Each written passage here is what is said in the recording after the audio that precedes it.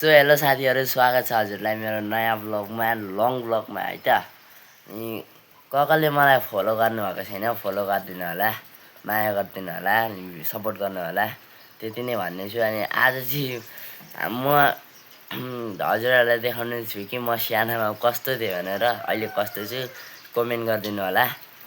अब हेरौँ है त साथीहरू, हेर्नु म सानोमा कस्तो देखिन्थेँ यार। मलाई विश्वासै लागिरहेको छैन कि यो म हो भनेर।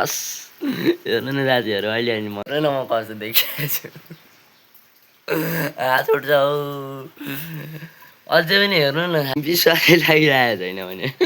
हेर्नु यता लेफ्ट साइडको चाहिँ म, अनि यता राइट साइडको चाहिँ बुइनी।